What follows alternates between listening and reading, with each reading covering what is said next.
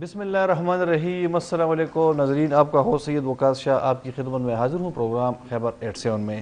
ناظرین، آج اس پروگرام میں ہم کوشش کریں گے کہ پاکستان تحریک انصاف کے رہنما بیرسٹر محمد علی سیف صاحب کو ہم ٹیلی فون کے ذریعے ہم اس پروگرام میں ان کو شریک کریں۔ اس کے ساتھ ساتھ ہم سینئر صحافی طارق آفاق صاحب سے بھی بات کریں گے، اور جو ایشوز ہیں یا موضوعات ہیں ہمارے اس پروگرام میں تو زیادہ تر پاکستان کی جو سیاسی صورتحال ہے تو اس پر ہم بات کریں گے۔ پاکستان تحریک انصاف کے کارکنوں پر پے در پہ مقدمات قائم کیے جا رہے ہیں، تو اس حوالے سے ہم بات کریں گے اسلام آباد میں جو گرفتاریاں کی جا رہی ہے یا پھر لاہور میں خاص کر اور پنجاب کے دوسرے علاقوں میں پاکستان تحریک انصاف کے کارکنوں کے خلاف جو کارروائی کی جا رہی ہے، کارروائیاں اور ان پر مقدمے درج کیے جا رہے ہیں، تو اس پر بھی ہم تفصیل سے بات کریں گے کہ یہ آیا پولیٹیکل وکٹمائزیشن ہے یا سیاسی انتقام ہے یا پھر قانون کی عملداری۔ اس کے ساتھ ساتھ سابق اسپیکر خیبر پختونخوا اسمبلی جناب مشتاق غنی صاحب کی جانب سے سپریم کورٹ میں توہین عدالت کی ایک ریٹ پٹیشن دائر کی گئی ہے، جس میں انہوں نے مطالبہ کیا ہے کہ گورنر خیبر پختونخوا غلام علی صاحب کورٹ آرڈرز کے باوجود الیکشن کی تاریخ نہیں دے رہے ہیں، تو اس لیے ان کے خلاف توہین عدالت کی کارروائی شروع کی جائے۔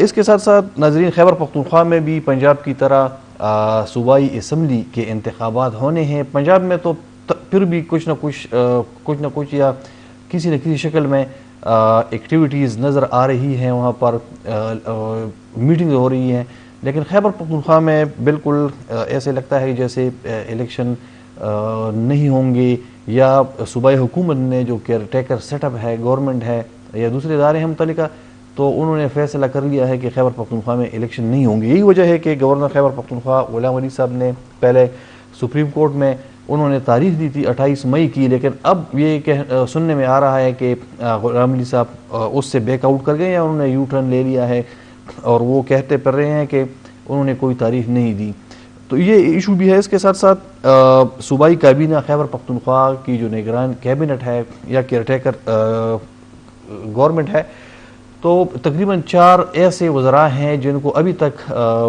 ڈپارٹمنٹس یا جو قلمدان ہیں وزارتوں کے، تو ان کو وہ نہیں ملے، اور یہ بھی بازگشت کی جا رہی، سنی جا رہی ہے، چیمیں گوئیاں ہیں کہ شاید خیبر پختونخوا نگران حکومت سے کچھ وزراء بلکہ وزیر اعلیٰ تک اشارہ کیا گیا کہ وہ استعفیٰ دے سکتے ہیں، اور وجہ جو بتائی جا رہی ہے وہ یہی کہ سارے جو معاملات ہیں، سارے اختیارات ہیں، وہ گورنر خیبر پختونخوا غلام علی صاحب نے اپنے ہاتھ میں لیے ہیں، اور care taker government Khyber Pakhtunkhwa کی ہے جو نگران کیبنٹ ہے، تو ان کے اختیار میں کچھ نہیں ہے، وہ بالکل بے بس نظر آ رہے ہیں۔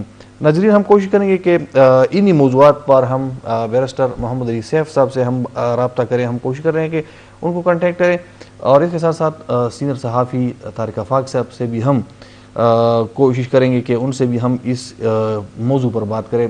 یہ پروگرام دراصل اس میں پرماننٹ ممبر ہوتے ہیں رفعت اللہ اور صاحب، لیکن وہ اپنی ذاتی مصروفیات کی وجہ سے آج پروگرام میں شامل نہیں ہیں، اس لیے ہم کوشش کر رہے ہیں کہ ہم ان کی جگہ طارق آفاق صاحب سے، چونکہ وہ سینئر صحافی ہیں خیبر پختونخوا کی جو سیاسی صورتحال ہے تو اس پر ان کی گہری نظر ہے، تو ہم کوشش کریں گے کہ ان کا تجزیہ ان تمام موضوعات پر لیں، اور یہ جاننے کی کوشش کریں کہ خیبر پختونخوا میں کیا الیکشن ہوں گے، کیا نگران حکومت تیار ہے الیکشن کرانے کے لیے، یا الیکشن کمیشن کے ساتھ جو ان کی ملاقاتیں ہو رہی ہے تو الیکشن وقت پر ہو جائیں گے 90 ڈیز میں، ادروائز اگر نہیں ہوتے تو پھر کیا ہوگا، اور اگر الیکشن ہوتے ہیں خیبر پختونخوا میں تو ان الیکشن کے کیا نتائج آ سکتے ہیں۔ ہم کوشش کر رہے ہیں، پروفیسر صاحب ہمارے ساتھ کون لائن پر ہے؟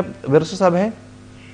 اچھا ناظرین، ہمارے ساتھ بیرسٹر ڈاکٹر محمد علی سیف صاحب جو کہ سابق گورنمنٹ میں معاون خصوصی برائے اطلاعات تھے وزیر اعلیٰ کے، ان کے ساتھ ہمارا رابطہ ہو گیا ہے۔ ڈاکٹر صاحب السلام علیکم۔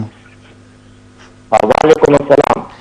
اچھا بیرسٹر صاحب، صوبائی حکومت جو نگران یا کیئر ٹیکر گورنمنٹ ہے خیبر پختونخوا کی، تو ان کی طرف سے ابھی تک کوئی ایسے اشارے نہیں مل رہے ہیں کہ جس سے یہ ثابت ہو کہ صوبائی حکومت انتخابات کرانا چاہتی ہے۔ اس کے ساتھ ساتھ گورنر خیبر پختونخوا غلام علی صاحب کی جانب سے جو سپریم کورٹ کے احکامات کے نتیجے میں جو انہوں نے الیکشن کمیشن کے سامنے پریس کانفرنس کی تھی، انہوں نے 28 مئی کی تاریخ دی تھی، لیکن اب یہ کہا جا رہا ہے کہ وہ اس تاریخ سے بھی بیک آؤٹ کر گئے ہیں. تو آپ کو لگتا ہے کہ خیبر پختونخوا میں 90 ڈیز کے اندر انتخابات ہو سکیں گے؟ دیکھیں، یہ تو بہت واضح ہو چکی ہے یہ بات اور یہ حقیقت کہ الیکشن کروانے کا ان کا نہ کوئی ارادہ ہے اور نہ ہی الیکشن کے حوالے سے یہ کوئی اقدامات اٹھا رہے ہیں.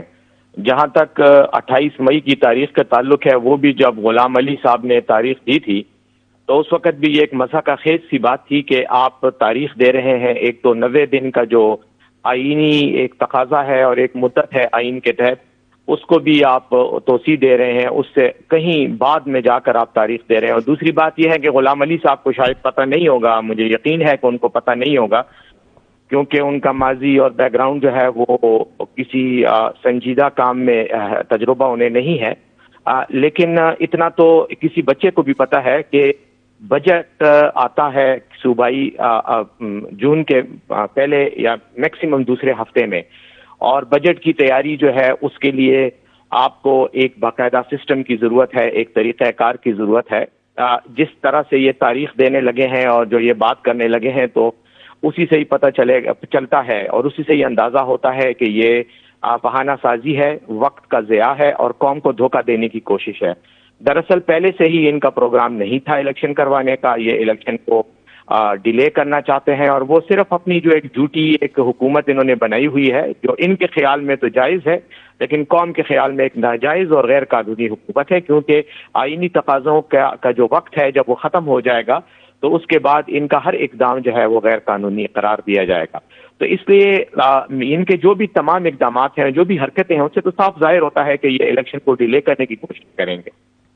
اچھا بیرسٹر صاحب، آپ کو لگتا ہے کہ الیکشن ہو جائیں گے وقت پر؟ کیونکہ ہمیں تو کوئی آثار نظر نہیں آ رہے خیبر پختونخوا میں، نہ کوئی پولیٹیکل کمپین شروع کی گئی ہے، نہ جو الیکشن کمیشن کی جانب سے جو انتظامات کیے جاتے ہیں وہ بھی نظر نہیں آ رہے. تو اگر نہیں ہوتے الیکشن وقت پر خیبر پختونخوا میں تو پھر اس کے خلاف پھر کیا آپ عدالت جائیں گے یا آپ کے پاس کون سے دوسرے راستے ہیں جو آپ اپنائیں گے؟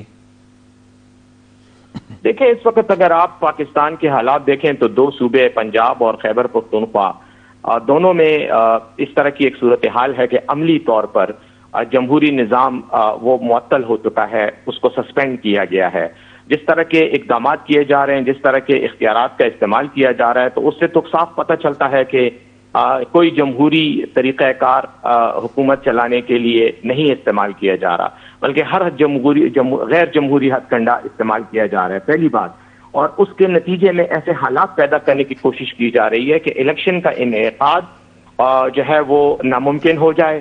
کل اور پرسوں 2 دن جو اسلام آباد میں جو انہوں نے ڈرامہ کھیلا وفاقی حکومت نے اور پنجاب کی حکومت نے، اور پی ٹی آئی کی جو عمران خان کی کورٹ میں حاضری تھی اس کو جس طرح سے انہوں نے ایک تشدد اس پر کیا اور جو کارروائیاں کی، تو اسی سے یہ اندازہ ہوتا ہے کہ یہ حالات خراب کرنا چاہتے ہیں، یہ لاشیں گرانا چاہتے ہیں تاکہ ان کو بہانہ مل سکے. اور یہ جو ہمارے نام نہاد قسم کے گورنر صاحب بیٹھے ہوئے ہیں، ان کی تو پہلے دن سے یہ کوشش تھی کہ یہ حالات خراب کریں. کبھی کہتے ہیں کہ دہشت گردی ہے، کچھ دن پہلے انہوں نے الیکشن کمیشن ہی کو ایک اسٹیٹمنٹ دی ہے اور وہ الیکشن کو جو ہے ڈیلے کرنے کا ایک بہانہ کہ کئی اضلاع انہوں نے خود کہے کہ کئی اضلاع میں اس وقت حکومت کی عملداری اور رٹ ہی نہیں ہے. اب آپ خود بتائیں کہ صوبے کا گورنر جو ہے وہ اگر خود یہ بات کرے کہ میرے صوبے میں کئی اضلاع میرے کنٹرول میں نہیں ہے اور وہاں پر طالبان کی حکومت ہے، تو اس سے بڑے نااہلی اور کیا ہو سکتی ہے؟ اگر آپ کی حکومت نہیں ہے تو پھر آپ گورنر ہاؤس میں کیا کر رہے ہیں؟ پھر آپ جائیں اور اپنا وہ جو دکان ہے آپ کی اس پر بیٹھ کر کاروبار کریں. آپ کو یہاں پر بیٹھنے کی اور بیانات داغنے کی پھر کیا ضرورت ہے؟ پھر تو آپ خود ثابت کر رہے ہیں اور اقرار کر رہے ہیں کہ میں نااہل بھی ہوں، نالائق بھی ہوں اور حکومت چلانے کے اہل نہیں ہوں. تو دوسری طرف وزیر اعلیٰ کا یہ حال ہے کہ وزیر اعلیٰ صاحب کو تو میرا یہ مشورہ ہے کہ وہ ایک بہت ہی باعزت انہوں نے کیریئر اپنا جو بنایا ہے اور انہوں نے بہت اچھی نوکری کی ہے. اب ان کو چاہیے کہ آخری عمر میں اپنے آپ کو بے عزت نہ کروائیں اور اس قسم کے جاہلوں کی حکومت جن کو نہ اخلاقی اقدار کی پرواہ ہے، نہ انہیں قانونی زاویوں کا کوئی پتہ ہے، اور نہ ان کو ان پر عمل پیرا ہونے کا کوئی ارادہ ہے. اس قسم کی حکومت کی بدنامی اپنے سر لینے کی بجائے گھر جا کر بیٹھ جائیں اور آخری عمر کوئی اللہ کی عبادت میں گزار دیں، کیونکہ وہ بھی بدنام ہو رہے ہیں. کچھ دن پہلے مجھے پتہ چلا ہے اور بڑی واضح تھا کہ کابینہ کے اجلاس میں ایک انتہائی نااہل وزیر اطلاعات، جو پیپلز پارٹی کا گماشتہ بھی ہے اور زرداری کا بغل بچہ ہے، اور جس کو 80,000 سے زیادہ ووٹوں سے پی ٹی آئی کے کینڈیڈیٹ سے شکست ہوئی ہے، وہ بیٹھ کر کہتا ہے کہ ہمیں پی ٹی آئی کی حکومت کو ناکام کرنے، ان کو بدنام کرنے اور آئندہ کی حکومت کا آنا جو ہے اس کو ناممکن بنانے کے لیے کوئی پلان کرنا چاہیے، اسٹریٹجی کرنی چاہیے. اور ہمارے خلاف اس نے سوشل میڈیا انفلوئنسر کا جو پروجیکٹ تھا اس پہ بھی ایک واہیات قسم کی پریس کانفرنس کر کے اپنے اوپر ہی اس نے گول کیے ہیں، ایسی باتیں کی ہیں کہ جس سے اندازہ ہوتا ہے کہ اس کو خود بھی نہ پڑھنا آتا ہے نہ لکھنا آتا ہے اور نہ اس کو سمجھ ہے. تو اس طرح کے لوگوں کی حکومت ہوتے ہوئے جن پر جمعیت علماء اسلام کا مکمل کنٹرول ہے، مولانا صاحب کی آشیرواد حاصل ہے، تو میں تو نہیں سمجھتا کہ ان کا کوئی ارادہ ہے آئینی تقاضے پورے کرتے ہوئے صاف اور شفاف الیکشن کرانے کا. اور دوسری طرف بدقسمتی کی بات ہے کہ الیکشن کمیشن بھی ان کا بغل بچہ بنی ہوئی ہے، وہ بھی انہی کی مرضی سے آپریٹ کر رہی ہے. ایک طرف پاکستان کی عدالتیں کہتی ہیں وقت پہ الیکشن کراؤ، دوسری طرف یہ بہانہ سازی کر رہے ہیں. تو اپنے چند مہینوں کے اقتدار کی خاطر یہ پاکستان کے پورے آئینی جمہوری نظام کو تباہ کر رہے ہیں. اور میں ایک بات آخر میں صرف کہتے اپنی بات ختم کروں گا کہ اس طرح کی حرکتیں وقتی طور پر تو آپ کو ریلیف دے دیتی ہیں، لیکن آپ قوم کا بیڑا غرق کر دو گے، اس ملک اور ریاست کے اداروں کا اور اس کے نظام کا آپ بیڑا غرق کر دو گے، اس کی کریڈیبلٹی ختم کر دو گے. صحیح ہے. اچھا بیرسٹر صاحب، ایک تو بی آر ٹی کے حوالے سے بھی آپ کی حکومت پر، جناب کی اس سے پہلے جو حکومت تھی اس پر ایک صوبائی وزیر شاہد خٹک صاحب کی جانب سے الزام لگایا گیا ہے کہ اس میں 7 ارب روپے کی کرپشن ہوئی ہے. اس کے ساتھ ساتھ اور جو وزیر اعظم پاکستان، انہوں نے آج ایک سٹیٹمنٹ جاری کی ہے. ان کا کہنا ہے کہ پاکستان تحریک انصاف فوج کے خلاف غلیظ کمپین کر رہی ہے. تو ان دونوں ایشوز پر آپ کا کیا موقف ہے؟ وزیر اعظم جس کو آپ کہتے ہیں، یہ امپورٹڈ وزیر اعظم جو ہے، اس کو تو پہلے کہیں کہ اپنی بھتیجی کے خلاف بھی ذرا اس کے بیانات جو وہ اقتدار سے محرومی کے بعد اور جب اس کے والد کی حکومت کو ختم کیا گیا اور جب وہ جو ہے 50 روپے کے اسٹامپ پیپر پہ عدالت سے وعدہ کر کے برطانیہ بھاگ گیا اور ابھی تک بھاگا ہوا ہے، اس کے جو بیانات تھے فوج کے خلاف، جرنیلوں کے نام لینے اور جو کچھ اس نے فوج کو کرٹیسائز کیا، جس بھونڈے طریقے سے ان کو بدنام کرنے کی کوشش کی، پہلے تو اس کا بھی نوٹس لے اور قوم سے معافی مانگے. جہاں تک بات ہے پاکستان تحریک انصاف کی، کوئی ہم فوج کے خلاف پروپیگنڈا نہیں کر رہے، نہ ہمیں فوج کے خلاف پروپیگنڈا کرنے کی ضرورت ہے. ہمیں اپنے دشمن کا بھی پتہ ہے، اپنے دوست کا بھی پتہ ہے اور اس ملک کے دشمن کا بھی پتہ ہے. ان چوروں کی حکومت کے ہوتے ہوئے ہمیں کسی اور کی طرف دیکھنے کی ضرورت نہیں ہے. چور جو ہیں وہ ساری قوم کو نظر آ رہے ہیں. اس وقت آل پاکستان چور اتحاد وہ پاکستان پر قابض ہے اور حکومت کی جو کرسی ہے اس کو دوام دینے کی بھرپور غیر قانونی کوششیں کر رہا ہے. جہاں تک یہ چھوٹی موٹی باتیں ہیں، یہ بی آر ٹی تو ان کے پاس کرنے کو اور کہنے کو ہے کیا؟ یہ جو نگران کابینہ ہے، ایک تو یہ تو بازار کی بات ہے. میں تو یہ کہوں گا کہ آپ کسی بندے سے جا کے بازار میں پوچھیں تو یہ ایک مذاق سا بن گیا ہے کہ اس حکومت پہ تو پیسے دے کر ہی آئے ہیں. کئی وزراء نے تو یہاں پر اپنی سیٹیں خریدی ہیں. تو جب سیٹیں خریدنے والے آ کر سابق حکومت جو الیکٹڈ حکومت تھی اور جو 2/3 میجورٹی سے خیبر پختونخوا کے عوام نے ان کو الیکٹ کیا تھا، ان کے خلاف ایسی باتیں کریں گے تو ظاہر ہے کہ اس کی کیا کریڈیبلٹی ہو سکتی ہے. ایسی بونگی باتوں پر تو میں ان کو اس قابل ہی نہیں سمجھتا کہ ان کے خلاف کوئی کہ ان کے الزامات کے حوالے سے کوئی کمنٹ کروں. لیکن اتنا ضرور کہوں گا کہ یہ اقتدار کی کرسی بہت ہی کمزور کرسی ہوتی ہے. اس کی بنیادیں بہت کمزور ہوتی ہیں.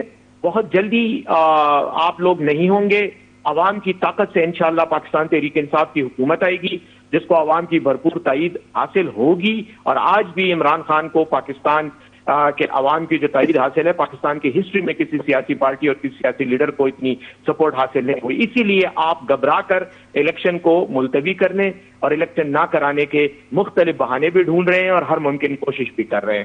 تو اس لیے آپ کے پاس تو ایسی کسی بات کا جواز نہیں ہے. لیکن یہ غلام علی صاحب کو چاہیے کہ کچھ نوشتہ دیوار پڑھ لیں اور اپنی عاقبت کی بھی فکر کریں. دنیا تو ان کی ہے ہی بہت مشکل میں اور تباہ، لیکن آخرت کی فکر کرتے ہوئے ذرا اقدامات وہ کریں جو قانون اور آئین کے دائرہ کار کے تحت ان کو کرنے چاہیے. بہت شکریہ بیرسٹر محمد علی سیف صاحب. ناظرین، بیرسٹر صاحب ہمارے ساتھ لائن پر تھے. پروگرام میں ہمیں جوائن کیا ہے سینئر صحافی اور پشاور میں سما ٹی وی کے بیورو چیف جناب طارق آفاق صاحب نے. طارق آفاق صاحب السلام علیکم. طارق صاحب، ابھی آپ کے سامنے بیرسٹر صاحب نے جو بات کی کہ پی ڈی ایم حکومت یا جو یہ نگران سیٹ اپ ہے، یہ جتنے بھی ہیلے بہانے بنائے، روڑے اٹکائے الیکشن کی راہ میں، لیکن حکومت آنی پی ٹی آئی کی ہے. تو کیا آپ کے خیال میں واقعی پی ٹی آئی کی حکومت آنے والی ہے؟ دیکھیں وقاص صاحب، ایک تو یہ کہ آپ معروضی اگر آپ حقائق دیکھیں، جی، یہ صوبے میں ہمارا جو خیبر پختونخوا کی میں بات کر رہا ہوں، سیاسی حالات کا اگر آپ تجزیہ کریں تو اس میں تو کوئی شک نہیں ہے یا کوئی دو رائے نہیں ہے کہ پی ٹی آئی اس وقت خیبر پختونخوا کی ایک مؤثر سیاسی قوت ہے، اور وہ تمام 7 ڈویژن میں آپ کو اس کی پریزنس، اس کی موجودگی نظر آئے گی. لیکن یہ موجودگی یہ اس بات کی ضمانت نہیں ہے کہ یہ جو عوامی مقبولیت ہے یا ووٹ بینک ہے، جی، تو یہ تمام چیزیں آ جائیں گی، ٹرانسلیٹ ہو جائیں گی پارلیمانی ووٹ میں، اور وہ اس ووٹ کے بدولت یہ پھر اقتدار کے ایوانوں تک پہنچ پائیں گے. صحیح. میرے خیال سے 2018 کے مقابلے میں جو نا آپ کی بار جب الیکشن ہوگا تو حالات وہ ایسے نہیں ہوں گے جیسے اس وقت 2018 میں تھے. جی، تو وہ والے حالات نہیں ہوں گے. اس وقت جو نا اس وقت یہ تھا کہ پی ٹی آئی کو بہت سارے سہاروں کی سہولت حاصل تھی، اب وہ سارے نہیں رہے. اور دوسری بات یہ کہ یہاں پہ 9 سال تک جو اقتدار انہوں نے کیا تھا، اس اقتدار کے نتیجے میں آپ بھی جرنلسٹ ہیں، میں بھی جرنلسٹ ہوں.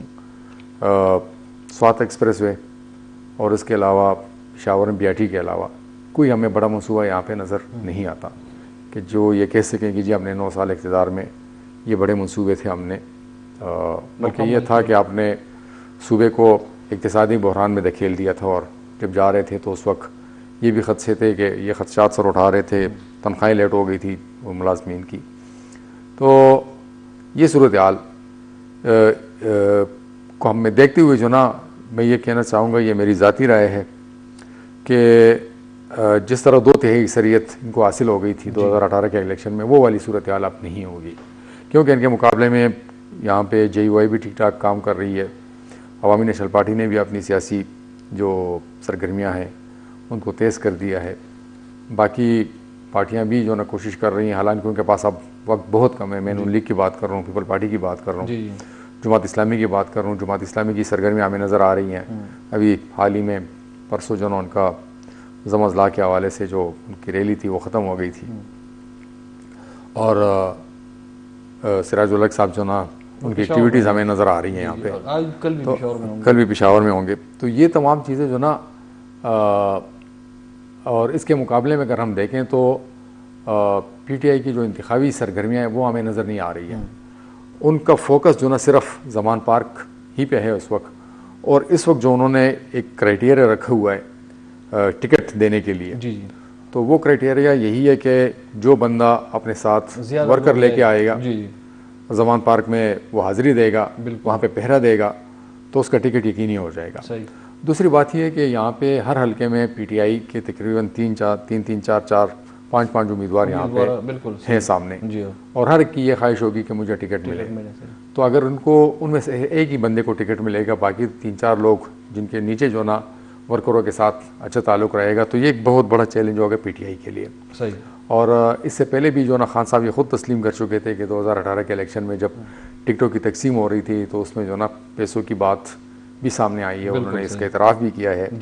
تو اب کی بار انہوں نے کہا ہے کہ میں تمام ٹکٹ خود دوں گا، لیکن پورے کے پی پہ خان صاحب کی نظر نہیں ہے، اور ان کو میرے خیال سے اپنے تمام امیدواروں کے نام بھی یاد نہیں ہوں گے. وہ تو جانتے بھی نہیں ہیں. میں یہی کہنا چاہ رہا ہوں کہ تمام امیدواروں کے نام ان کو نام یاد ہوں گے، چند لوگ کے نام ان کو پتہ ہے، اور جو لیڈرز ہیں 4-5 تو ان کو ٹکٹ ملنی ہے.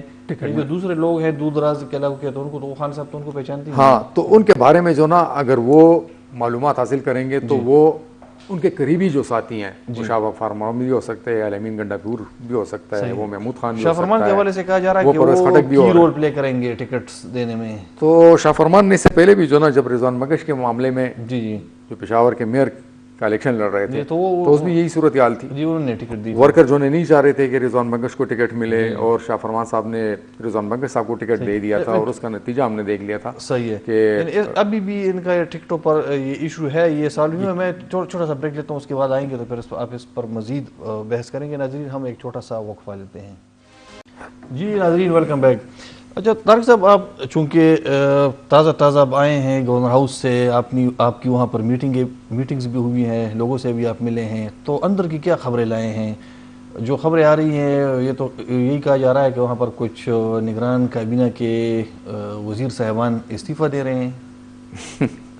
نہیں, استعفوں کی بات کی تو بڑی انہوں نے وزیر اعلیٰ صاحب کے حوالے سے بھی ہے کہ شاید وہ بھی سوچ رہے ہیں. میرے خیال سے یہاں پہ جو نا معاملات تو وقاص صاحب ایسے ہیں کہ نگران حکومت کے آنے کے بعد اگر ہم دیکھ لیں تو بیوروکریسی کی سطح پر بھی معاملات بالکل جو نا ٹھپ ہیں, رکے ہوئے ہیں, اور نگران حکومت کی کارکردگی بھی کوئی واضح طور پہ ہمیں نظر نہیں آ رہی ہے. نہیں تو وزیر اعلیٰ صاحب استعفیٰ دے رہے ہیں کہ نہیں؟ میرا نہیں خیال کہ وہ شاید استعفیٰ دے دیں. یعنی نہیں دے رہے؟ میرا نہیں خیال کہ وہ تو کیوں استعفیٰ نہیں دے دے دیں. استعفیٰ؟ یہ ممکن ہے کہ اس میں جو نا بیوروکریسی میں بہت بڑی جو نا, سوال تو یہی ہے کہ وہ کیوں نہیں دے رہے استعفیٰ؟ یار پاکستان میں کرسی جو نا بڑی عزیز چیز ہوتی ہے نا, بڑی میٹھی چیز ہوتی ہے, تو بندہ کیوں چھوڑے. نہیں صحیح ہے, لیکن ویسے بھی خبر نہیں آ رہی ہے, ویسے ہی کبھی کبھار مذمت آ جاتی ہے. نہیں, اصل میں دیکھیں سیاستدان میں بیوروکریٹ میں بنیادی طور پہ یہی فرق ہوتا ہے کہ اب جیسے غلام علی وہ ایک سیاستدان ہے, گورنر ہاؤس میں بیٹھے ہوئے ہیں تو گورنر ہاؤس کے دروازے کھلے ہوئے ہیں, ایک جمگھٹا ہوتا ہے, تمام منسٹرز وہاں پہ بیٹھے ہوتے ہیں, پورا نظام چلا رہے ہیں. تو ان پہ یہی تاثر جو نا یہی لگ رہا ہے, یہی تاثر ابھر کے سامنے آ رہا ہے کہ شاید جیسے جو نا وہ خیبر پختونخوا کو وہی چلا رہے ہیں. حالانکہ میرے خیال سے وہ تو اس صوبے کے آئینی سربراہ ہیں اور ان کے انتظامی معاملات کے ساتھ کوئی تعلق ان کا نہیں ہے اور نہیں بنتا. دوسری طرف اگر ہم دیکھ لیں تو اعظم خان صاحب چونکہ بنیادی طور پہ بیوروکریٹ رہ چکے ہیں, اور بیوروکریٹ کا جو مائنڈ سیٹ ہوتا ہے وہ ایسے ہوتا ہے کہ وہ بہت زیادہ عوام کے ساتھ گل ملنا, اپنے وزراء کے ساتھ ان کی میٹنگز جو نا یہ اتنا وہ نہیں ہوتا, آسان نہیں ہوتا. یہ بھی اطلاعات ہیں کہ وہ اپنے اگر کوئی منسٹر بھی جو نا ان سے وقت مانگنا چاہیں تو ہفتے 2 ہفتے کا وقت ان کو دیا جاتا ہے ملاقات کے لیے. تو ان کے پاس تو پورے دن ہی 90 ڈیز ہیں, تو 90 ڈیز میں اگر 2 ہفتے بعد یہ اپنے وزیروں کو وقت دیں گے تو ان کا تو میرا خیال لمبا ہی پروگرام ہے. پھر تو دیکھیں اس میں جو نا اس میں صورتحال تو یہی ہے نا کہ اگر اس قسم کے فیصلے غور خوض کے بات کیے جائیں اور انتہائی جو نا ڈیلیبریشن کے بعد اگر کیے جائیں تو میرے خیال سے پھر ان کے ثمرات اور ان کے اثرات بڑے واضح ہوتے ہیں. اب اگر آپ ایک ایسے بندے کو چیف منسٹر بنائیں کہ وہ یقیناً ایک اچھا بیوروکریٹ تھا, اس میں کوئی شک نہیں ہے, لیکن صوبے کے انتظامی معاملات بھی آپ سیاسی انداز میں چلاتے ہیں. بالکل ٹھیک ہے, اور یہ اسکل اور یہ تجربہ ان کے پاس نہیں ہے.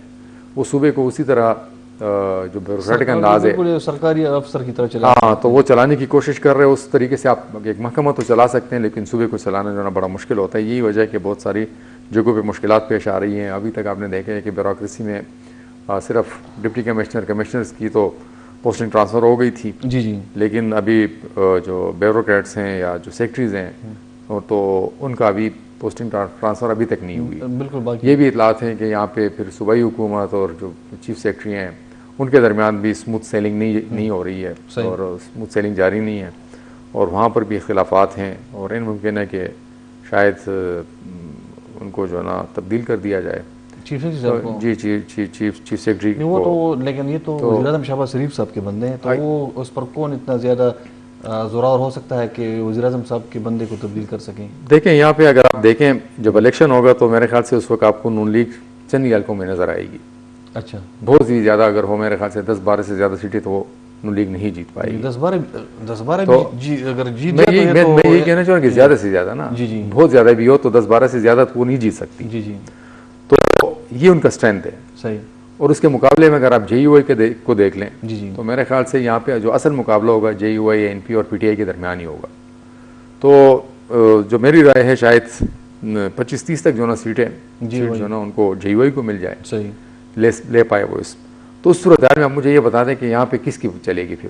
جی وزیر اعظم کی چلے گی یا یہاں پہ جو اسٹیکس ہولڈر ہیں مولانا صاحب کی تو مولانا کی جو چلے گی؟ تو جب اب مولانا صاحب کہہ دیں کہ جی یہ بندہ یہاں پہ میں نے سنا ہے کہ مولانا صاحب نے وزیر اعظم صاحب کو شکایت بھی لگائی تھی ایک سے زیادہ مرتبہ جی، وہ بلکہ وہ جو الفاظ ہیں کوٹڈ وہ یہی ہے کہ انہوں نے کہا کہ جہاں پہ شہباز شریف صاحب ہوں گے وہاں پر بھوسال صاحب ہوتے ہیں، تو پھر شہباز شریف صاحب نے مولانا صاحب کو کہا کہ جہاں پر شہباز شریف ہوں گے تو وہاں پر مولانا صاحب بھی ہوں گے. جی بالکل اسی طرح تھا. اچھا یہ جو 4 وزراء ہیں ہمارے، ان بیچاروں کو تختی تو ان کے نام کی لگا دی گئی ہے، ان کو ٹائٹل بھی دے دی کہ کوئی وزیر ہے، کوئی مشیر صاحب ہے، لیکن ان بیچاروں کو ابھی تک محکمے نہیں ملے. ان کو جو ڈپارٹمنٹس ہے یا جو محکموں کے قلمدان ہیں وہ ابھی تک نہیں ملے.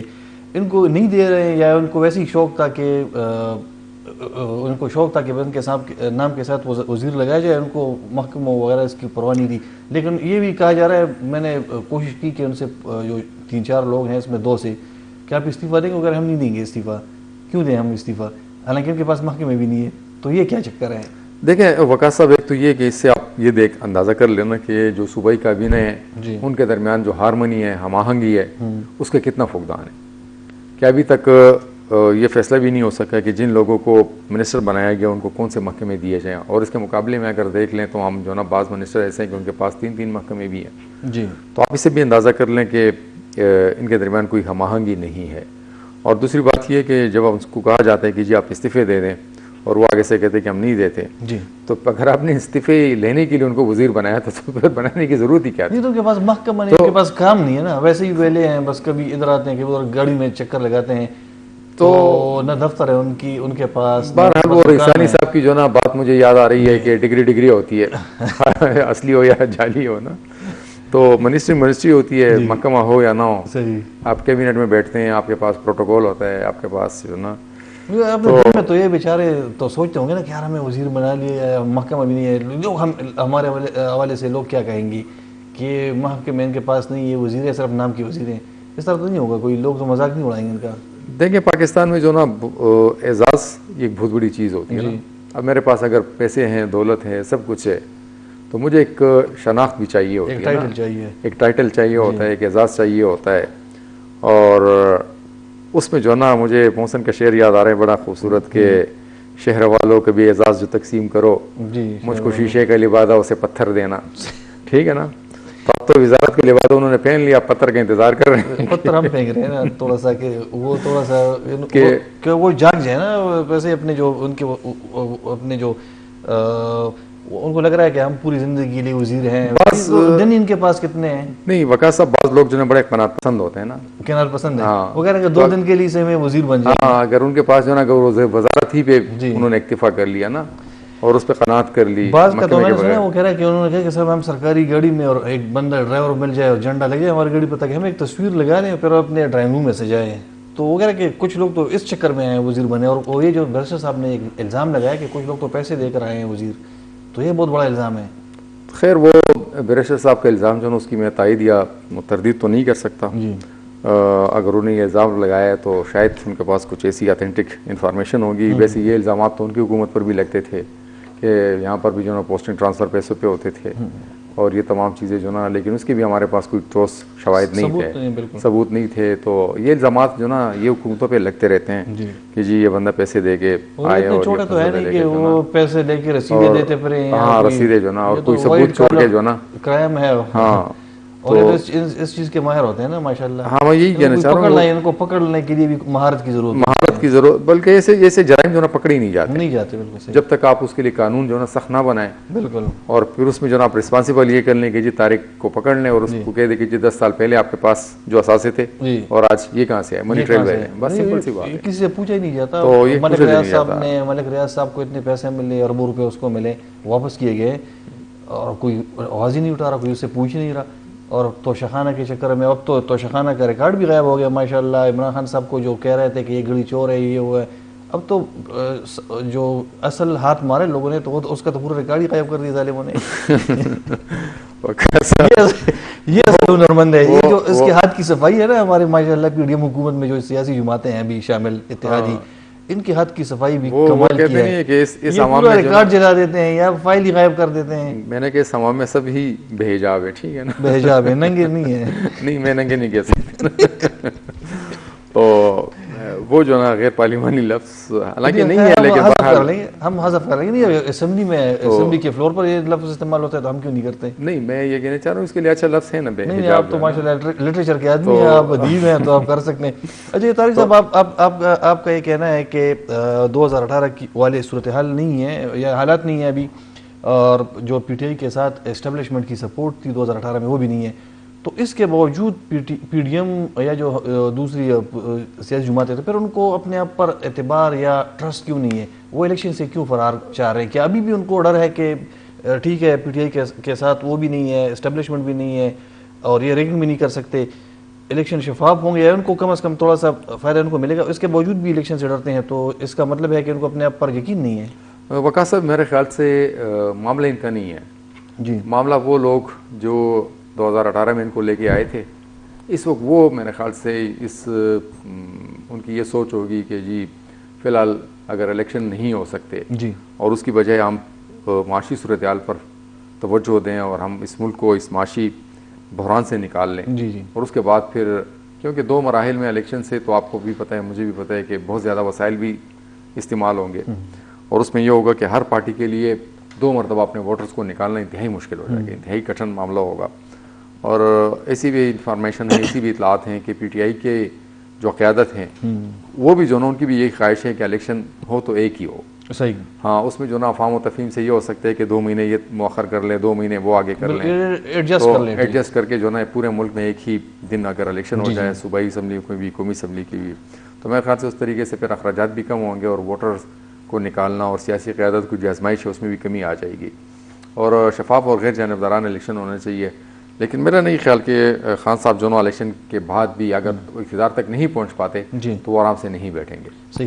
اس کا جو نا یہی موقف ہوگا کہ اب دھاندلی ہو چکی ہے, جیسے ابھی ہم نے دیکھ لیا تھا کہ 7 حلقوں پہ وہ الیکشن لڑے, 4-6 بھی جیت گئے تھے, اور جس پہ ہار گئے تھے ان کی امیدوار شاہ صاحب کی جو صاحبزادی تھی, انہوں نے کہا کہ یہاں پہ دھاندلی ہوئی. صحیح. تو یہ والا ان کا موقف جو نا ملیر والی سیٹ تھی اس پہ بھی خان صاحب کا کہنا تھا کہ وہاں پہ دھاندلی ہوئی ہے. ہاں, وہاں پر بھی جو بلوچ صاحب تھے کوئی, تو انہوں نے جیتی سیٹ. بالکل وہ جیتی, تو وہاں پر بھی انہوں نے یہ کہا تھا. تو یہ موقف ان کا جو نا وہ دہراتے رہیں گے, اور اس کے بعد بھی یہ نہیں ہے کہ پولیٹیکل اسٹیبلٹی آپ کے خیال میں نہیں آئے گی؟ میرے خیال سے جو نا پولیٹیکل اسٹیبلٹی نہیں آئے گی, لیکن یہ بھی امکانات دیکھیں, پاکستان تو ایسا ملک ہے کہ جہاں پہ امکانات کا دائرہ اور میدان بڑا وسیع ہوتا ہے.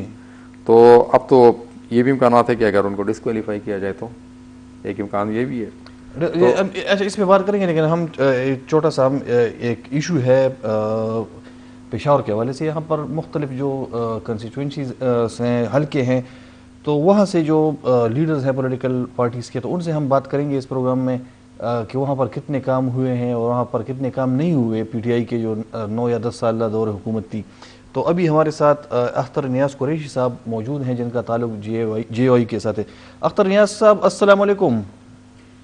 وعلیکم السلام ورحمۃ اللہ. بہت شکریہ اختر نیاز قریشی صاحب. اختر نیاز قریشی صاحب, آپ کا حلقہ پشاور میں کون سا ہے, یعنی صوبائی حلقہ, اور وہاں پر پاکستان تحریک انصاف کی جو 10 سالہ حکومت رہی ہے, تقریباً 9 سالہ انفیکٹ, تو اس میں کتنے کام ہوئے ہیں اور کتنے کام نہیں ہوئے؟ جی وقاص شاہ صاحب, یہ ہمارا حلقہ ہے, یہ پجگی روڈ گڑی فاضل پی کے 70 صوبائی حلقہ ہے, اور یہ بی سی گڑی فاضل فقیر قلعے جو ایک ہب ہے. پی کے 70 کا جو ہب ہے, یو سی پجگی پرانا اس کا نام ہے, یہ پرانا پی کے 67 میں آتا ہے ہمارا حلقہ. جی. اور کام کے حوالے سے تو میں آپ کو ان کے کون سے سبجیکٹ پہ آپ سے بات کر لوں, لیکن سب سے پہلے میں آپ کو تعلیم کے حوالے سے بتاتا ہوں. تعلیم کے حوالے سے اس لیے بتاتا ہوں کہ پی ٹی آئی کا سب سے زیادہ فوکس تعلیم پہ تھا, اور جو پچھلا ان کا ایک بجٹ تھا اس میں انہوں نے کہا کہ ہم نے 500% بجٹ ہم نے تعلیم کے لیے زیادہ کیا ہوا ہے. تو آپ یہاں پہ سوچ لیں کہ ہمارا جو گورنمنٹ پرائمری اسکول گڑی فاضل ہے, جہاں پہ میں نے بھی پرائمری اسکول تعلیم حاصل کیا ہے, میرے جو ہیڈ ماسٹرز ہیں انہوں نے بھی اسی اسکول میں تعلیم حاصل کیا ہے, اور وہی اسکول جو تقریباً 1967 میں اسٹیبلش ہوا ہے. اور اس کے بعد یہ پی ٹی آئی کے دور میں بھی یہی رہا، اور آج تک وہ اسکول جو ہے وہ ایک رینٹڈ ہاؤس میں پڑا ہوا ہے. وہ نہ اس کا اپنا بلڈنگ نہیں بنا، اس اسکول میں کوئی فرنیچر نہیں ہے، وہ ابھی تک ٹراس میں لوگ اسٹوڈنٹس پڑھ رہے ہیں، اس میں صاف پانی نہیں ہے.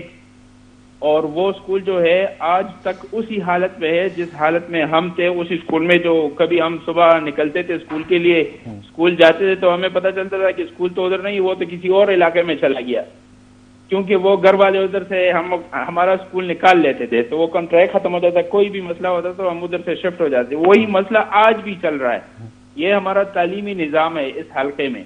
یہ پی کے 70 کی، ابھی جو نیا پی کے 70 ہے، پرانا پی کے 67 ہے. جی جی، یہ میں اس کی بات کر رہا ہوں. یہاں پہ آپ صحت کی اگر میں بات کر لوں، صحت کی، تو ایک ہی ہمارا ایک ہاسپٹل تھا بی ایچ یو، ابھی وہ اپ گریڈ کر کے بی ایچ یو بنایا گیا ہے. اور پچھلے 10 سالوں میں اس حلقے میں نہ وہ B H U upgrade کیا گیا، نہ کوئی نیا ہسپتال بنایا گیا. تو آپ ادھر صحت کے جو جتنا بھی لوڈ ہے وہ ظاہری بات ہے ایل آر ایس پہ یا کمپلیکس پہ، لیکن یہاں پہ ہمارے بیسک یونٹس جو ہے وہ ہمیں نہیں پرووائڈ ہوئے. ہمارا کوئی ہاسپٹل نہیں بنا. ہمارا جو تعلیمی نظام میں دیکھیں آپ کا جو ہمارا ہائی اسکول ہے، وہ یہاں سے لوگ یا تو ڈاک چلے جاتے ہیں جو ہم سے ابھی پی کے 77 میں وہ آتے ہیں، اور یا پھر وہ چغرمٹی جاتے ہیں جو ہائی اسکول کے لیے. تو آپ یہاں پہ جتنی آبادی ہے اس آبادی کے لحاظ سے یہاں پہ ہائی اسکول بھی ہونا چاہیے، یہاں پہ سیکنڈری اسکول بھی ہونا چاہیے، لیکن کچھ بھی نہیں ہوا. ان کے دور میں کچھ 9 سالوں میں ہمیں کوئی ریلیف، تعلیمی ریلیف ہمیں ادھر نہیں ملا. بلین ٹری سونامی ہے یہاں پہ، کسی نے اگر ایک درخت بھی لگایا ہو ہمیں بتا دے. کسی ایم پی نے، کسی ایم این اے نے، پی ٹی آئی کے لوگ تھے، دونوں پی ٹی آئی کے تھے، ایم این اے بھی پی ٹی آئی کا تھا اور ایم پی اے بھی پی ٹی آئی کا تھا. تو آپ ہمیں بتا دیں ادھر کوئی ایک درخت انہوں نے لگایا ہو، اسکول کے لیے انہوں نے کوئی کام کیا ہو، صحت کے لیے انہوں نے کوئی کام کیا ہو. یہاں پہ سالڈ ویسٹ اتنا زیادہ پڑا ہوا ہے کہ آپ یقین مانو کسی بھی محلے، کسی بھی گھر، کسی بھی گاؤں میں آپ جائیں تو ہر گلی، ہر محلے، ہر گاؤں کے سامنے آپ کو بڑا زبردست کچرا نظر آئے گا. سالڈ ویسٹ اس میں آپ کو نظر آئے گا. صحیح. اختر نیاز قریشی صاحب، بہت شکریہ. آپ نے جو حلقہ ہے پی کے 70 اور پرانا پی کے 67، اس کے حوالے سے جو وہاں پہ مسائل ہیں، آپ نے اس حوالے سے بات کی. ناظرین، ہم ایک چھوٹا سا بریک لیتے ہیں، اس کے بعد آپ کی خدمت میں دوبارہ آتے ہیں. جی ناظرین، ویلکم بیک.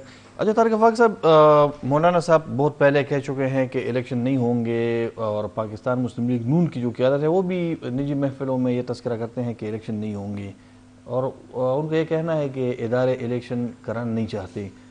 کیا صورتحال کیا بننے جا رہی ہے آپ کے خیال میں؟ الیکشن ہوں گے کہ نہیں ہوں گے؟ اگر نہیں ہوں گے تو پھر عوام اٹھے گی نہیں حکومت کے خلاف؟ دیکھیں، عوام تو آلریڈی اٹھ چکے ہیں. عمران خان نے جو اپنے ورکرز کو وہ سڑکوں پہ لے آئے ہیں، جی، تو وہ تو یہی تھا نا کہ آپ جلد از جلد الیکشن کی تاریخ دے دیں. اب پنجاب میں الیکشن کی تاریخ انہوں نے دے دی، صحیح. خیبر پختونخوا میں بھی تاریخ مل گئی ہے. لیکن تاریخ ملنے کے باوجود اب سب سے بڑا سوال یہی ہے کہ کیا یہاں پہ الیکشن ہو پائیں گے دونوں صوبے میں جی یا نہیں ہوں گے. جیسے ہم نے دیکھ لیتے کہ پنجاب کی جو انتظامیہ تھی، انہوں نے الیکشن کمیشن کو آگاہ کر دیا تھا کہ ہمارے پاس مالی وسائل بھی نہیں ہیں اور ہمارے پاس نفری بھی نہیں ہے کہ ہم جو ہے نا پرامن الیکشن کے انعقاد کو یقینی بنا سکے، اور نہیں ہمارے پاس جو نا مالی وسائل ہیں. یہی صورتحال خیبر پختونخوا میں بھی ہے. ابھی خیبر پختونخوا نے بھی الیکشن کمیشن کو آگاہ کر دیا، کچھ چیزیں سامنے نہیں آئیں، آ جائیں گی کل پرسوں تک. تو یہاں پر بھی جو ہے یہی چیز بتائی گئی ہے کہ امن و امان کی صورتحال ایسی ہے نہیں ہے کہ یہاں پہ پرامن طریقے سے انتخابی مہم چلائی جائے. اور خصوصاً جو ہمارے جنوبی اضلاع ہیں اور مرچ جو ہمارے ڈسٹرکٹ ہیں، زم اضلاع، تو وہاں پہ تو صورتحال بہت زیادہ. اور دیکھیں اس میں حقیقت ہی بھی ہے، ہم دیکھتے ہیں کہ روزانہ جو نا وہاں پہ پولیس پہ حملے ہو رہے ہیں، سیکورٹی فورسز کو نشانہ بنایا جا رہا ہے. تو اسی صورتحال میں حالانکہ اس وقت ہم یہ بھی دیکھتے ہیں کہ طالبان کی طرف سے کوئی اس قسم کا کوئی تھریٹ نہیں آیا. یہ بھی انٹرسٹنگ ہے، طالبان بلکہ تو وہ کہہ رہا ہے کہ ہم نہیں کریں گے، اٹیک نہیں کریں گے. جی، تو انہوں نے کہا کہ ہم نے عوامی اجتماعات کو یا سیاسی اجتماعات کو یا سیاسی شخصیات کو ہم نے نہیں نشانہ بنانا. لیکن اب یہ ٹھیک ہے، یہ جو نا ایک دھڑے کی طرف سے یہ اسٹیٹمنٹ آ سکتا ہے سامنے، لیکن یہاں پہ صرف ایک دھڑا نہیں ہے، بہت سارے لوگ یہاں پہ اور بہت ساری تنظیمیں ہیں جو جن کا جو نا شاید ان کا اس وقت جو ہے نا اس نے اپنی اسٹریٹجی اس میں تبدیلی لائی ہو. ٹی ٹی پی کی جو مین یا سینٹرل لیڈرشپ وہ نہیں کریں گے، لیکن اس کے ساتھ جو ایفیلیٹس ہیں یا ایفیلیٹڈ جو ہے نا جو آرگنائزیشنز ہیں، داعش پاکستان ہے، اس کے علاوہ جو ہے نا حزب الحرار ہے، تو یہ تمام جو ہے نا ایسی جماعتیں ہیں، چھوٹی موٹی اور بھی جو ہے نا بہت ساری تنظیمیں، جی تو وہ تو اپنی کارروائیاں کر سکتے ہیں. بالکل. اور اب اس میں جو ہے نا ایک اور چیز یہ بھی ہے کہ الیکشن میں بھی آپ کی پولیس اور آپ کے سیکورٹی ادارے جو ہے نا ان کے اہلکار وہ تو ڈیوٹی دیں گے، ان کو نشانہ بنایا جائے تو پھر کیا ہوگا؟